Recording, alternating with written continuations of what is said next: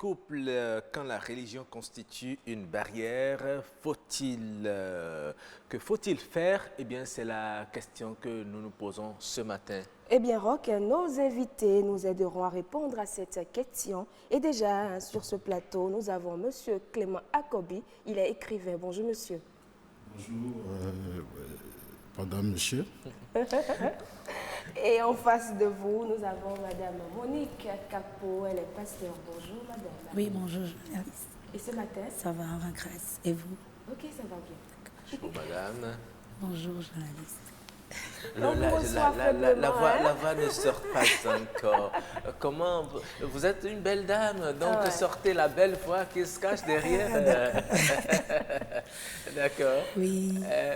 Vous allez bien? Oui, ça va, en grâce. La petite famille, très bien. Ça va, tout le monde va bien. Monsieur, il va bien? Il va bien aussi, on bénit l'Éternel. Ah, d'accord, je lui dis. Et les Comment il s'appelle déjà? C'est monsieur Abaka Bertrand. Voilà, nous vous disons merci, hein, bonjour, il nous suit certainement. Certainement. Voilà. Et au téléphone, Roch, vous Oui. allez recevoir Dr Raymond Assogba. Il est sociologue des religions. Oui, absolument, il est sociologue des religions. Il nous donnera aussi sa lecture sociologique de ce phénomène.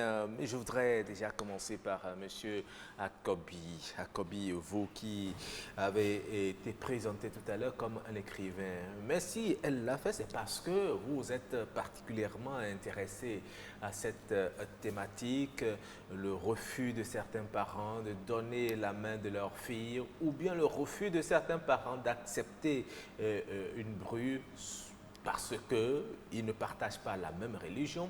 Alors, quel constat vous a amené à écrire sur cette thématique? Oui, bonjour, chers téléspectateurs et chères téléspectatrices. Et bonjour encore à vous, chers animateurs. Ouais.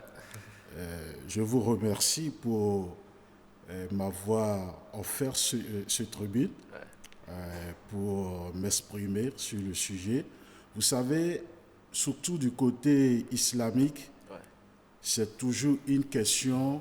Et là, je rappelle que vous êtes musulman. Oui, bien sûr. Très bien. Qui revient chaque fois, c'est-à-dire pourquoi on ne peut pas permettre à un homme musulman de se marier à une femme musulmane. Alors, j'ai été abordé par rapport à la question sur une chaîne de télévision. Alors, comme ce n'était pas le sujet qui nous avait amenés sur le plateau, je ne pouvais pas rentrer dans tous les contours. Mais après avoir analysé le sujet, j'ai jugé que même une émission ne pourra pas permettre d'embrasser tous les contours. C'est comme ça que j'ai décidé d'écrire ce livre. Et rapidement, dans le contexte islamique, il y a lieu de comprendre deux choses en ce qui concerne le mariage. Le premier élément, c'est la conservation de l'unicité de Dieu. Parce que c'est un concept non négociable aux musulmans. La conservation de l'unicité. L'unicité de Dieu dans le mariage. Et deuxième élément, c'est les valeurs morales. Parce que dans la vision de l'islam, il veut pouvoir faire une société où l'unicité de Dieu a une place de mise et les valeurs morales. Mais toutes les religions prônent des valeurs morales. Oui, oui, effectivement, dans mes recherches, j'ai trouvé également que la religion juive, par exemple, et le christianisme, elles aussi, dans leur vision par rapport aux mesures qu'elles ont prises, c'est pour la promotion des valeurs morales et l'unicité de Dieu. Donc, toutes ces religions se réunissent sur ce point. Maintenant, en ce qui concerne l'islam, surtout, il y a le verset qui pose la problématique est clair. On nous demande aux hommes, ne mariez pas une idolâtre, une femme esclave, je dis bien une femme esclave croyante est mieux pour vous qu'une idolâtre, même si elle vous plaît beaucoup.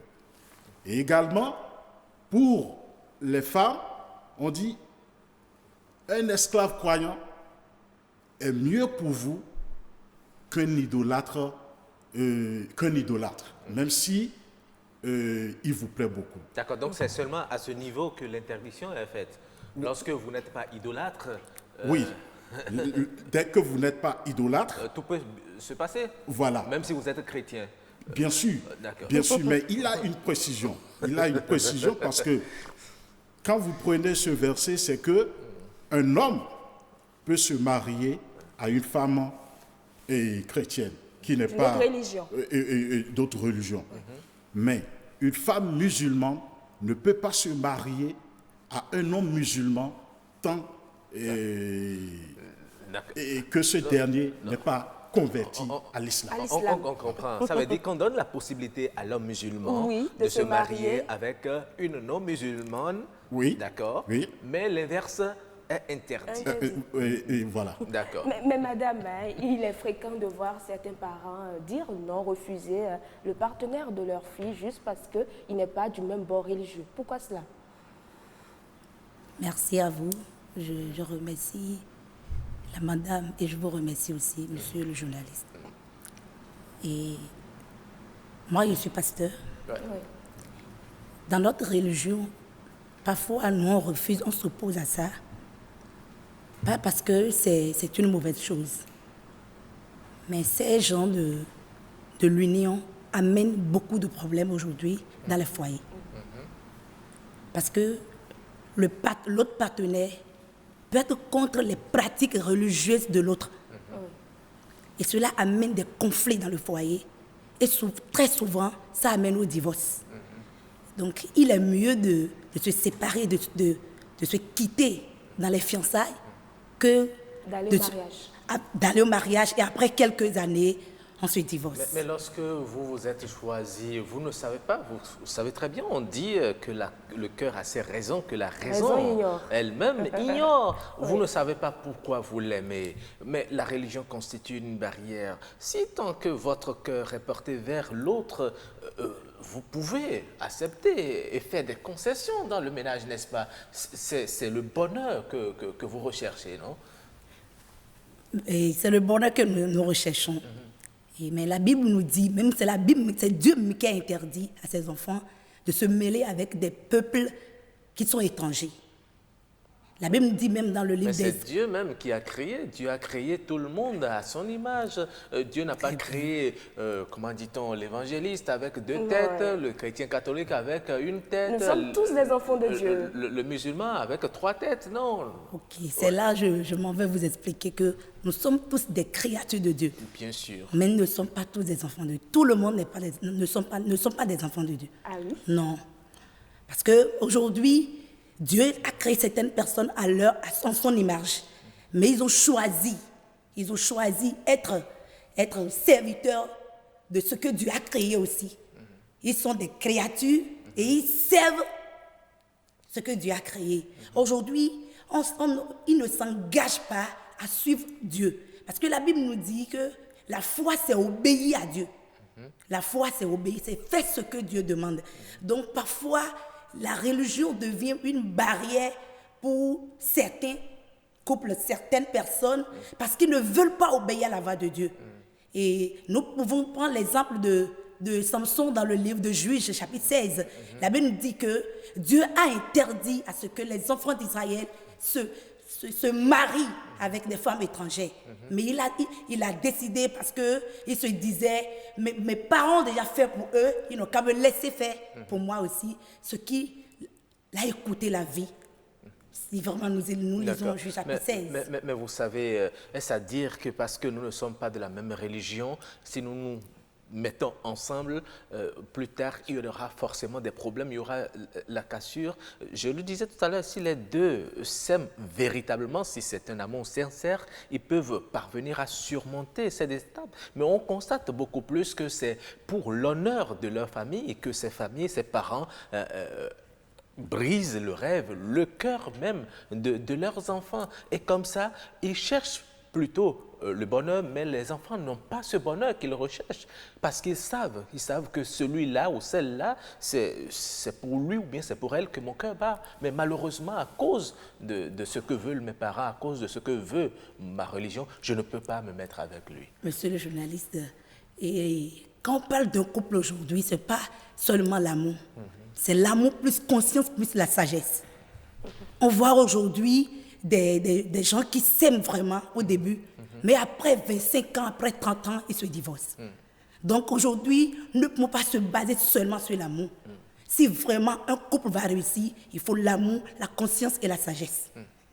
D'accord? Donc si aujourd'hui, tu aimes la personne et la personne ne peut pas respecter des règles établies, des principes, vraiment, moi, j'aurais souhaité que le début, il vaut mieux qu'on se sépare pour ne pas avoir de divorce demain. Est-ce à dire que dans votre église déjà, il vous est arrivé d'avoir des fidèles qui viennent vers vous et vous disent, voilà, mon conjoint est musulman par exemple, vous leur dites carrément, va pas là. Parce que là, c'est possible. Voilà.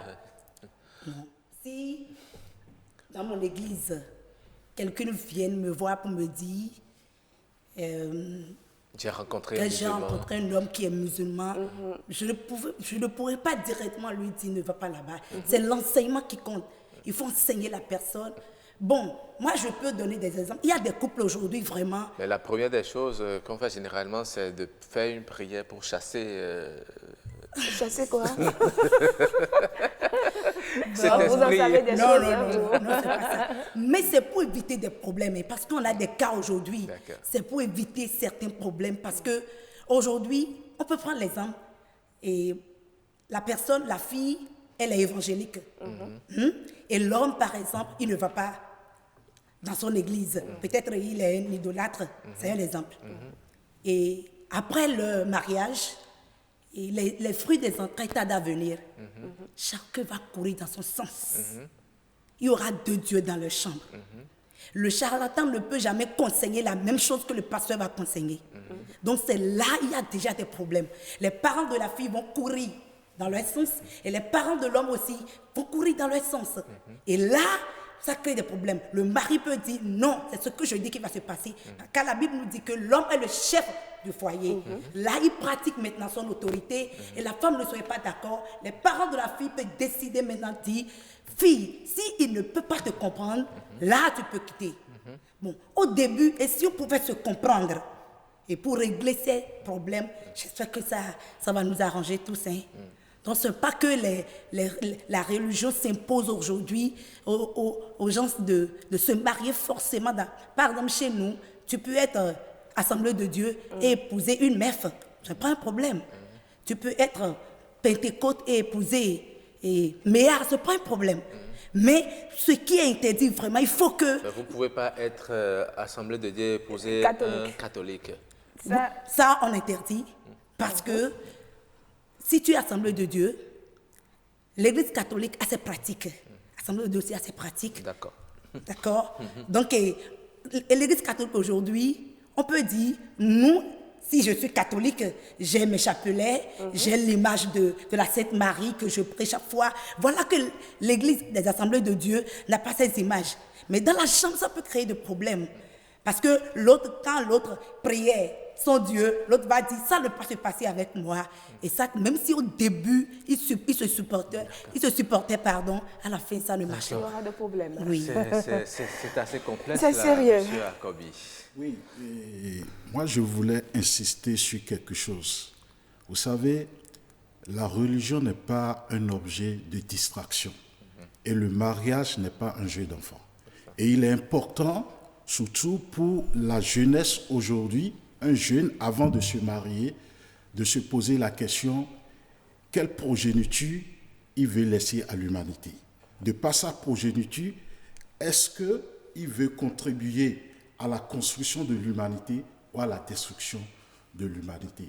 Parce que c'est l'ensemble des familles qui forment la société. Et les religions, toutes les religions, leur rôle, c'est la promotion des valeurs morales. Par conséquent, dès que vous partagez les mêmes sensibilités religieuses et que vous êtes ensemble, il est plus facile d'inculquer une certaine éducation à vos enfants et par conséquent, ça a une répercussion sur la société. Et quand j'écrivais mon livre, ça m'a rappelé une expression de notre artiste Zoulé Sangaré qui chantait « Amour sans assurance ». Mais qu'est-ce qui fait l'assurance de l'amour? C'est les valeurs morales, quel que soit l'amour que vous avez l'un pour l'autre. S'il n'y a pas les valeurs morales qui couronnent cela, ça ne donnera rien. Et aujourd'hui, il y a une expression que les gens exploitent souvent en disant « Je préfère être seul qu'être mal accompagné ». Pourquoi vous êtes mal accompagné? C'est parce que véritablement, entre les deux conjoints, il n'y a pas les valeurs morales. Parce que quand il y a les valeurs morales, quand je crois à une certaine valeur, je ne fais pas du mal à mon prochain.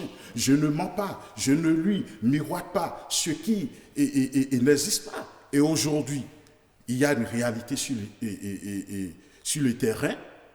Et c'est un exemple qui se trouve dans chacune de nos familles, les familles monoparentales.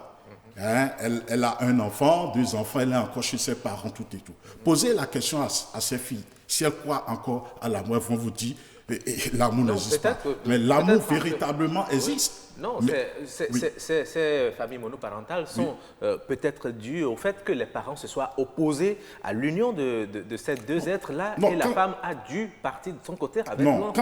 Quand je prends par exemple le contexte musulman véritablement, vous savez, et il y a cette loi des affinités qui veut que tout ce qui se ressemble s'assemble et tout ce qui s'assemble se ressemble. Je vous assure, vous ne verrez jamais une famille où la fille est éduquée sur les valeurs musulmanes et qui présente des identités musulmanes. Vous ne verrez jamais un homme et non musulman s'approcher d'elle. Parce que si par exemple je me couvre avec le voile, et la fille a une certaine manière de s'habiller tout et tout. Mais déjà, l'homme qui est non musulman, ces éléments déjà le repoussent. Attendez-moi. Mais véritablement, les familles dans lesquelles ça se présente, dans le livre, j'ai présenté 3 cas de foyers musulmans. Il y a de ces parents qui sont musulmans, mais qui ne comprennent véritablement pas ce que c'est que la religion musulmane. Ils ne pratiquent pas, mais au moment du mariage de leurs enfants, on dit on attend un homme musulman. Franchement, je dis, ils perdent le temps. Il y a encore un deuxième cas de foyer, c'est-à-dire les parents prient. Ils comprennent la religion musulmane, mais dans l'enseignement, ils font fi de ça pour les enfants. Du coup, les enfants, c'est ce qu'ils voient dans la société faire qu'ils font. Et au moment de se marier, les parents vont dire, écoutez, nous voulons un musulman. Là également, ils perdent le temps. Mais le troisième cas, c'est ça que j'en ai parlé tout à l'heure, vous ne verrez pas un foyer musulman où les enfants sont bien éduqués. Ils comprennent qu'un homme s'approche.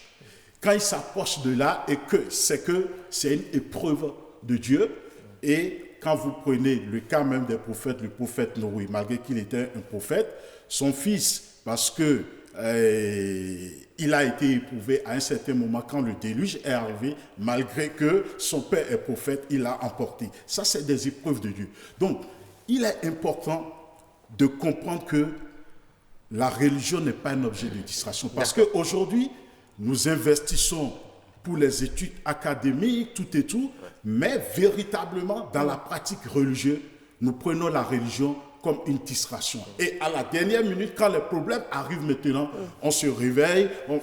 Et mieux, pour éviter ça, même dans le contexte musulman, malgré que je suis musulman et qu'elle est musulmane, l'islam me conseille de faire des prières de consultation. Parce que, avant d'aller au mariage? Bien sûr, parce que Dieu, c'est lui seul qui connaît le visible et l'invisible. On peut être tous des musulmans, mais que dans le destin de Dieu, qu'on n'est pas compatibles l'un à l'autre. Et c'est pour ça, pour des décisions importantes qui vont caractériser notre vie, Dieu demande, l'islam nous demande de faire des prières de consultation. Et sur la base de la prière de la consultation, vous pouvez être orienté et décidé. Très bien. Merci, monsieur. Merci. Oui, c'est un peu chaud là. Vraiment chaud.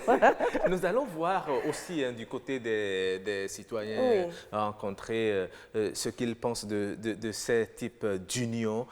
Est-ce qu'il est possible que deux personnes qui ne sont pas de la même religion partagent un amour vivre en couple sans problème, etc. C'est Victoire qui leur a tendu son micro. On va les écouter.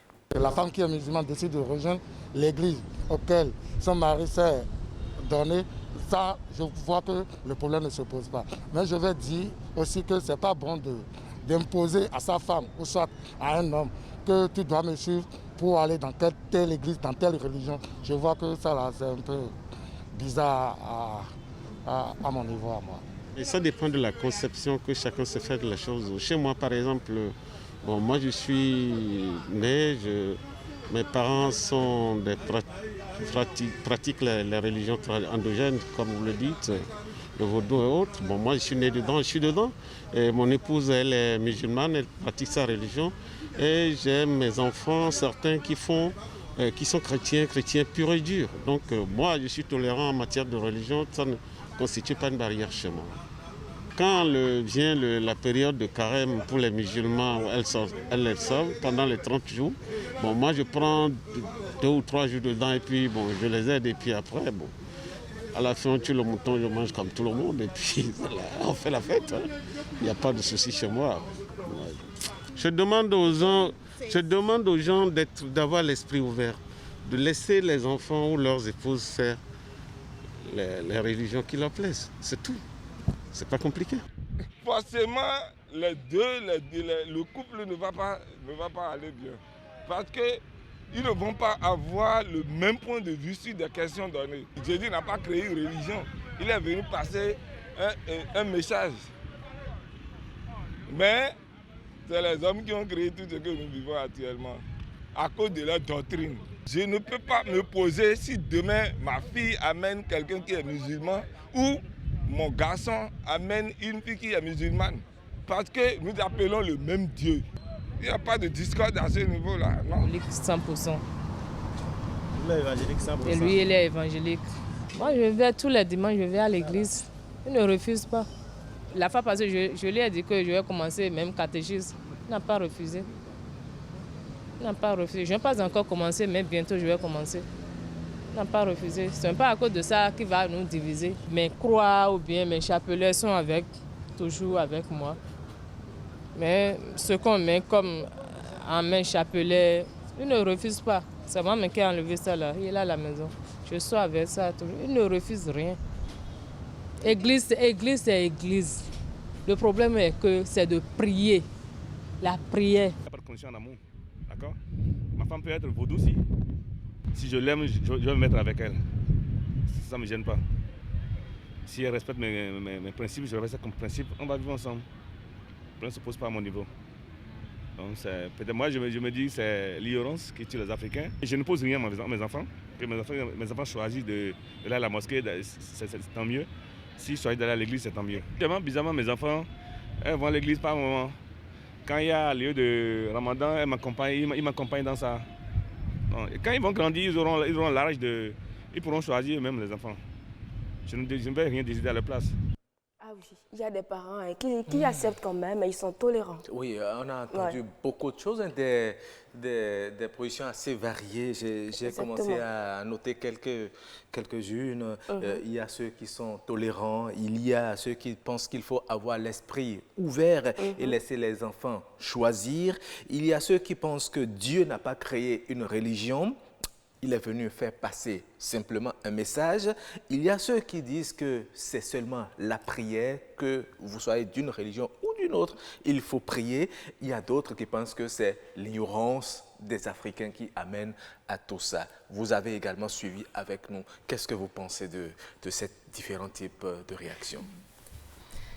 Je vous remercie encore une fois. C'est la fin qui compte. C'est la fin qui compte. Vous les avez entendus? Oui, je les ai. Ouais. Tout ce qu'ils ont dit, ils n'ont pas menti. il y a des parents vraiment qui sont des évangéliques, mais leurs enfants fréquentent l'église catholique. Oui. On n'a pas refusé. Mais là, maintenant, il faut que nous soyons sincères dans ce que nous disons. Leur vie ne peut pas changer ce que je dis. Ce que je dis est que, tel que la Bible nous a recommandé, la parole de Dieu même, on a des versets, des passages bibliques qui, à cause de la fin des couples, des vies de couple là, Dieu a interdit de se mettre sous des jougs étrangers. D'accord? Parce qu'aujourd'hui, une chose est de s'engager au début, mais d'autres choses est d'aller jusqu'au bout. Nous voyons aujourd'hui des couples aujourd'hui divisés, des femmes aujourd'hui qui se trouvent avec leurs parents. Mais de la même manière, il y a des gens qui partagent la même religion, qui sont issus de la même religion, voilà, et parce qu'on les a peut-être forcés à se mettre ensemble dans la même religion, voilà. Ils ne sont pas heureux, ils sont partagés. On les voit ensemble le jour, mais la nuit, ils sont séparés. C'est pourquoi je vous dis maintenant que le mariage, ce n'est pas le fait d'aimer quelqu'un et c'est fini.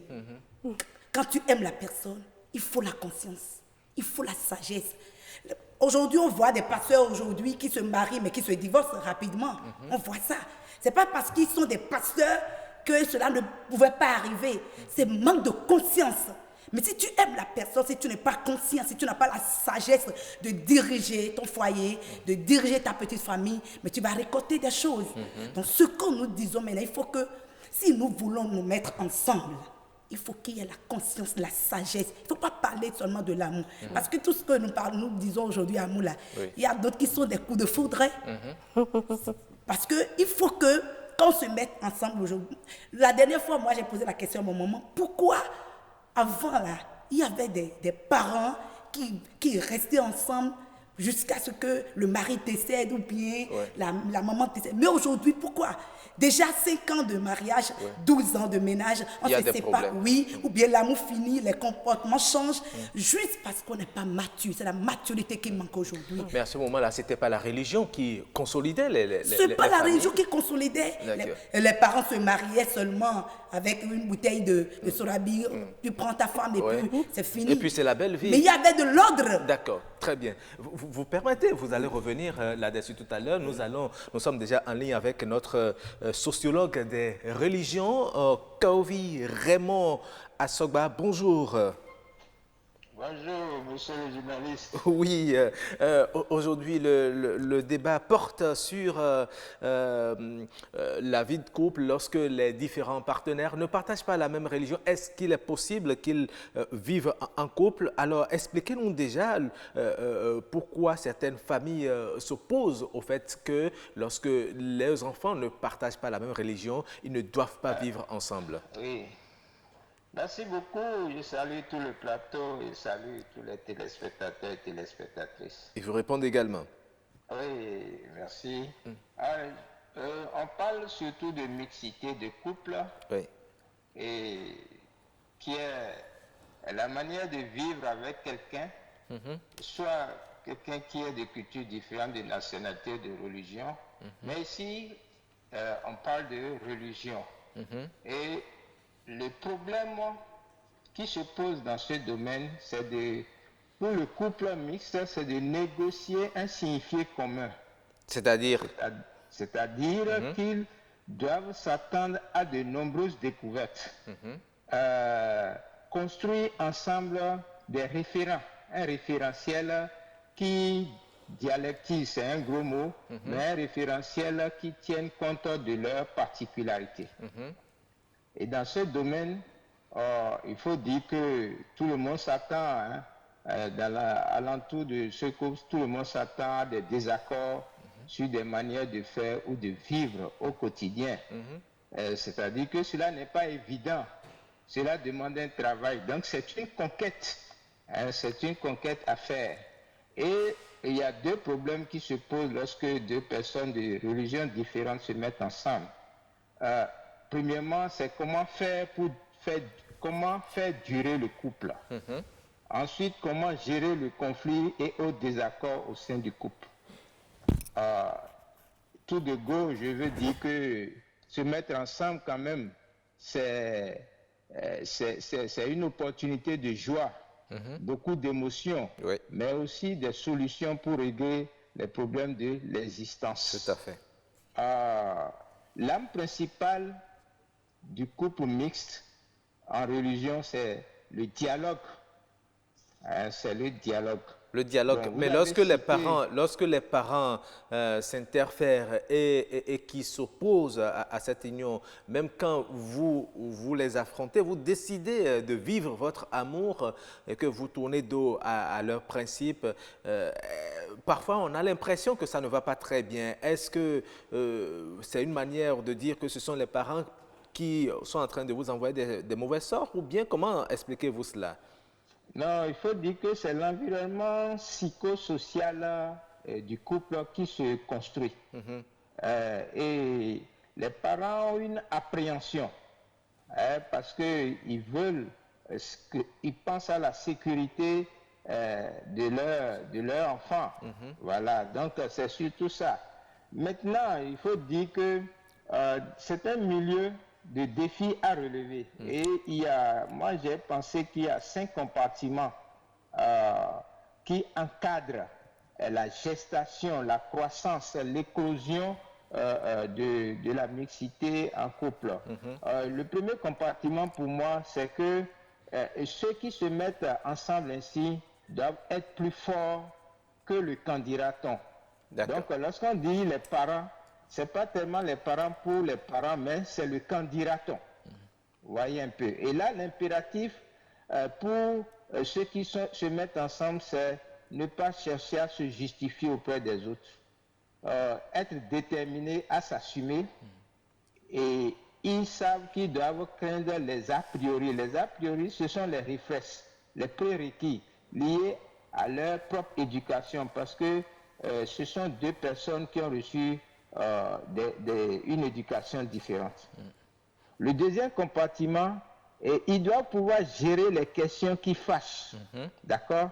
Et surtout, la première question qui peut fâcher, c'est s'entendre sur l'éducation des futurs enfants et la manière de vivre les événements de la future famille. Ils sont appelés justement, ils sont face à la problématique de la discussion. Discuter des envies respectueuses concernant la question de la religion. Donc, ils même s'entendent déjà sur comment chacun doit vivre sa part de religiosité. Et là, il y a aussi la manière de concevoir l'éducation des enfants. Très bien. Être strict ou souple. D'accord. Et donc, ils sont amenés à apprendre à faire des concessions. Voilà, donc il n'y a pas de position tranchée. D'accord.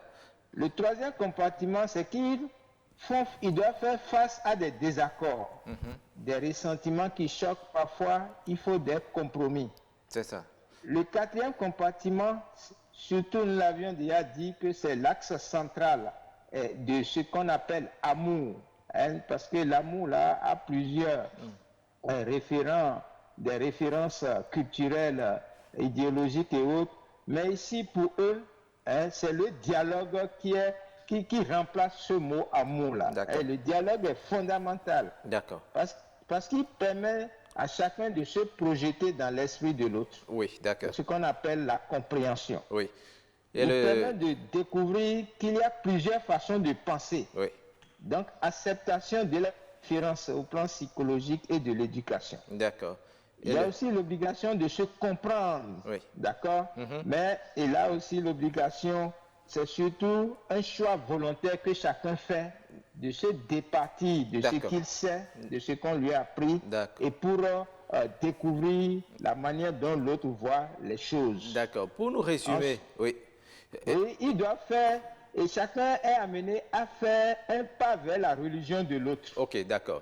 Par exemple, participer aux fêtes liées à la religion de l'autre, ensemble avec les enfants, et éduquer les enfants à cette caractéristique universelle que le monde, la vie est faite de nouveautés, de multiplicité et non d'unilatéralité. D'accord. Une toute dernière question. Lorsque deux jeunes gens sont ensemble et qui ne sont pas de la même religion, qu'ils veulent s'engager dans une vie de couple et que les parents se posent déjà à cause de la religion, est-ce que vous leur conseillez de faire fi ou bien de céder à la pression de leurs parents ou de leur religion?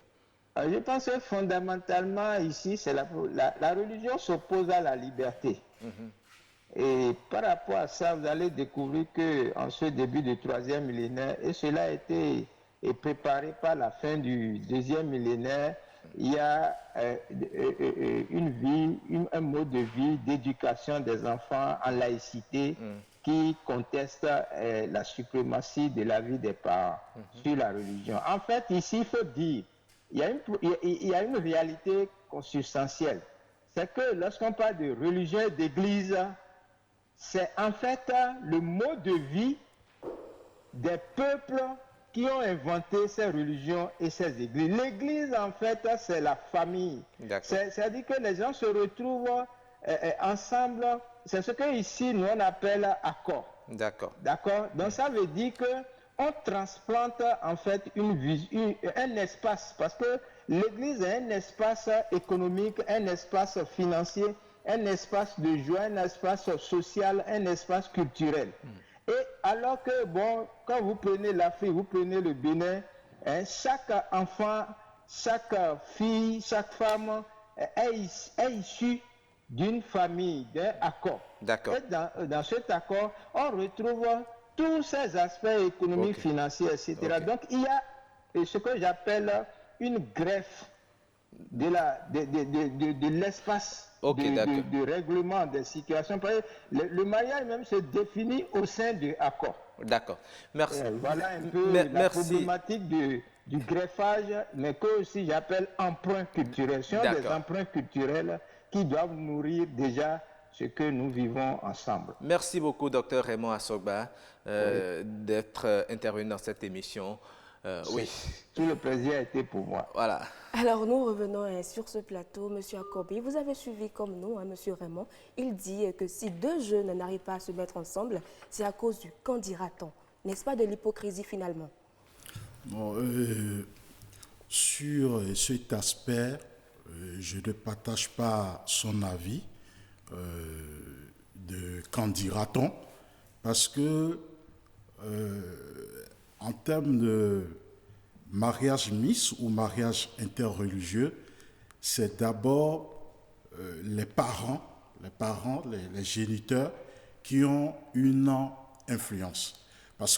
Pourquoi? Parce que les parents avec qui vous êtes restés tout le temps, vous avez grandi, vous avez partagé l'amour, hein, et vous ne pouvez pas quand même vous marier sans la bénédiction de vos parents. Hein. Et en ce sens, quand vous prenez par exemple l'islam, c'est-à-dire tant que vos parents n'acceptent pas, ou celui qui est votre tuteur en tant que femme, le mariage n'est pas valide. Le mariage n'est pas valide. Donc, je ne crois pas que ça soit l'influence des autres, de quand dira-t-on que les couples se demandent, bon, qu'est-ce que les gens vont dire? Non. Le couple ne se penche pas trop sur la société, mais c'est beaucoup plus les parents. Mais moi, personnellement, ce que je peux dire, c'est quoi? Vous savez, la vie, c'est un choix. Et la grâce que Dieu nous a donnée, et cet attribut que Dieu a donné à l'homme, c'est de faire le choix et de l'assumer. Les religions, c'est clair, parce qu'au départ, comme je l'avais dit au début, l'objectif, le rôle des religions, c'est la promotion des valeurs morales. Et sur ce, la ligne qu'ils ont eue et qu'elles ont eu à tracer, si vous êtes convaincu par rapport à cela, il faudrait que vous suivez cela. Autrement, ça veut dire que votre religion est juste un objet de distraction. Et je vous laisse, si vous permettez, elle a parlé de ça dans notre tradition africaine. Pourquoi le mariage de nos parents réussit? C'est parce que ça se basait sur les valeurs morales. On cherchait à savoir de quelle famille vous êtes issu, comment vous vous comportez. Donc, ça, c'est très, très important. Se foutre de ces aspects et dire qu'on aime, je crois que c'est la voie et sur le désastre. Très bien. Nous allons partager quelques messages très rapidement. C'est une émission très suivie. Les téléspectateurs nous envoient des messages. Nous commençons par le message de Yasmine Damata qui dit ceci. Bonjour à tous. La religion peut-elle constituer un obstacle au choix de son cœur? En principe, non, pour les deux qui s'aiment. Mais cela devient compliqué quand les parents s'y mêlent. Le comble, c'est quand vous aviez des enfants. Quelle religion vont-ils suivre? On dit celle du père, donc celle de la mère est mauvaise. Au finish, la femme abandonne la sienne et c'est ce que les parents refusent en interdisant l'union de ce couple. La solution est déjà connue. En amour, on fait des concessions dans tout, la religion y comprise. Si l'homme est compréhensible, il peut laisser sa femme poursuivre sa religion et célébrer le mariage dans les deux religions. Le risque, quand on se convertit par obligation, c'est qu'on ne croit pas en la chose. Ce n'est plus la foi, mais une corvée. Moi, je dis, il faut laisser la femme à son choix car elle est celle qui prie le plus pour la réussite de son conjoint, de sa vie maritale. Ce qu'elle doit faire à cœur joie.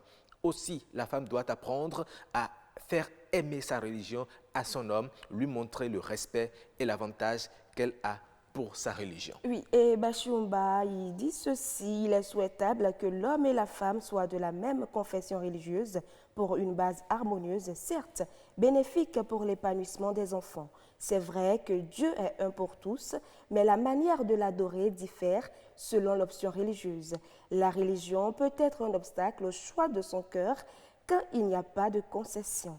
L'expérience a montré que les parents observent le comportement des amis de leurs enfants tout au commencement. S'il arrive qu'ils s'opposent à une union, il est mieux de rompre avec cette relation, car à la longue, tôt ou tard, ce qui est prévu arrivait souvent et on pourrait dire que leur bénédiction a fait défaut. Dans certaines religions, le fanatisme constitue une riposte à l'union. Pousser constitue une riposte à l'union du couple. Quand on voit venir une pareille situation, il faut en découdre avec cette relation pour ne pas faire souffrir les enfants qui n'ont pas demandé à naître. La fin de cette religion ronge les deux quelque temps et chacun pourra poursuivre sa route à la croisée du chemin. C'est vrai que ce n'est pas toujours facile, mais ça fait partie des vicissitudes de la vie. Et Benoît Rwandja dit ceci. J'ai entendu quelqu'un dire un jour que la femme n'a de religion que celle de son époux. Je me dis que c'est discutable, mais il faut reconnaître que la société tolère mieux qu'une femme change de religion pour suivre son mari que le contraire. En principe, la religion qui prône par excellence l'amour ne devrait pas être un handicap pour l'union des gens qui s'aiment. Foncez envers et contre tout, difficile de dire oui. Je suggère plutôt le dialogue entre futurs mariés dans un premier temps et entre ses amoureux et les parents d'autre part, parce que personnellement, je me dis que vivre sous le même toit avec chacun pratiquant sa religion doit être délicat à gérer. Oui, et Asoba Christophe a également réagi. Il dit ceci, c'est bien possible si éventuellement ce n'est pas accepté par d'abord les deux partenaires. Loin de la réaction des parents, il arrive que deux individus qui s'aiment correctement se séparent parce qu'ils n'ont pas la même obédience religieuse. Déjà entre eux, l'on voit que sa religion est celle que le couple va adopter et là, ceci conduit finalement à la séparation.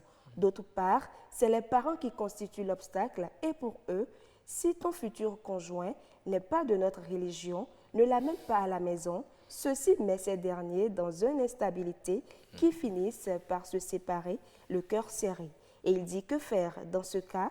Il faut attendre que les parents vous le disent lorsque ton ami fréquente déjà la maison. On voit déjà la position des parents et il faut occulter la bénédiction des parents qui est bien capitale dans l'union.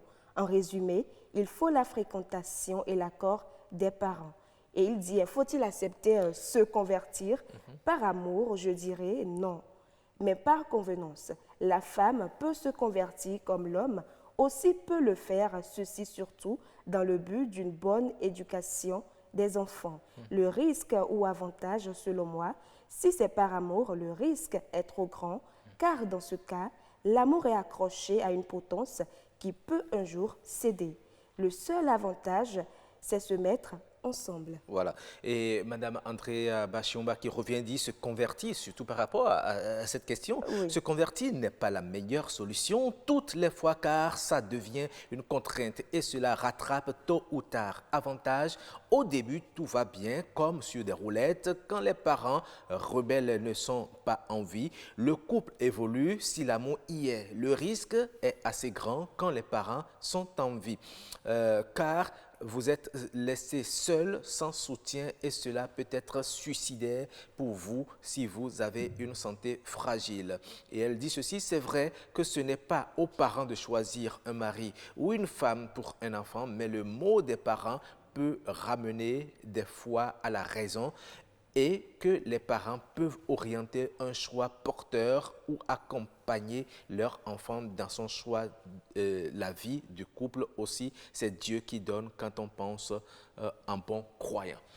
Voilà quelques messages que nous avons. Nous disons merci à tous ces téléspectateurs qui nous ont envoyé des messages pour partager avec nous leur opinion. Nous allons faire un dernier tour de table très rapidement. Il y a certains, vous savez, qui célèbrent les mariages œcuméniques, même si vous n'êtes pas de la même religion et que vous aimez, vous pouvez... Qu'est-ce que vous conseillez aujourd'hui si vraiment les deux s'aiment véritablement, ils estiment qu'ils ne peuvent pas se séparer, qu'est-ce que vous pouvez leur conseiller pour leur bonheur? Faut-il se convertir ou non? Ok, je vous remercie. Si deux personnes s'aiment, si c'est le vrai amour suit les règles établies et les principes en la matière. Si la religion va les empêcher à rester ensemble, je fais recours à ce que M. Akobi avait dit. Tout ce que nous allons faire, il faut le présenter à Dieu.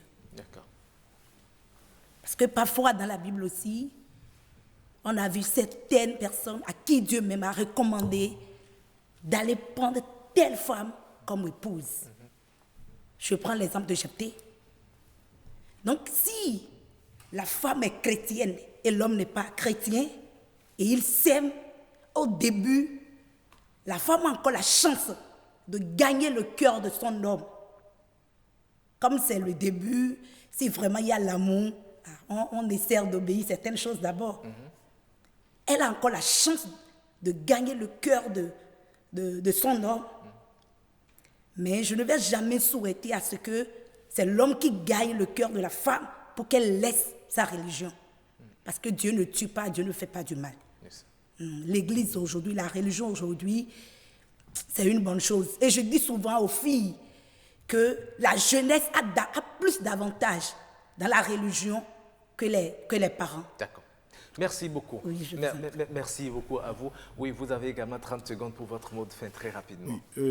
Moi, je m'adresserai à ceux qui sont pour le mariage mixte.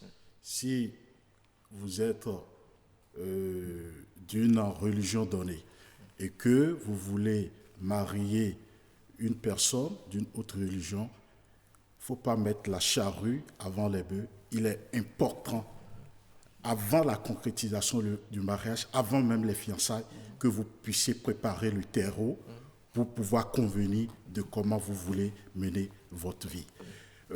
Sur le plan islamique, parce que vous savez, l'islam, c'est une religion qui a un code de conduite qui a près de 700 commandements. Et ce n'est pas facile pour quelqu'un qui ne comprend pas de partager ces mêmes principes. Parfois, on trouve ça bizarre. Et pour une fille musulmane qui est convaincue véritablement de sa religion, je ne lui conseille pas de s'engager dans un chemin qui n'est pas et l'assiette. Sinon, c'est le désastre. D'accord. C'est votre conseil. C'est votre Merci d'être passé. En tout cas, comme on le dit, il faut être ouvert et savoir avoir la présence d'esprit, la conscience dans tous les choix que l'on fait de sa vie. Il ne faut pas oublier, il faut quand même aussi associer les parents cela. Absolument, c'est très important. Merci. Hein. Nous aurions pu lire, en tout cas le livre qu'il a sorti, je l'ai sous la main, il y a des aspects intéressants. Le mariage n'est pas un jeu d'enfant. Le problème d'Abraham, un exemple pour l'humanité, l'opposition des parents à leurs filles, la responsabilité des parents, c'est assez intéressant. Merci beaucoup. Ne dormez pas, ne donnez pas de femmes aux idolâtres. C'est le titre de votre... Le livre n'est pas encore sorti. C'est déjà lancé en France. Au Bénin, et je suis en train de préparer le lancement qui sera pour bientôt. Très bien. Et pour ce qu'on n'a pas signalé, il est un agent de l'ORTB. Exactement. Merci. Merci beaucoup, Merci madame. également à vous, madame Pasteur.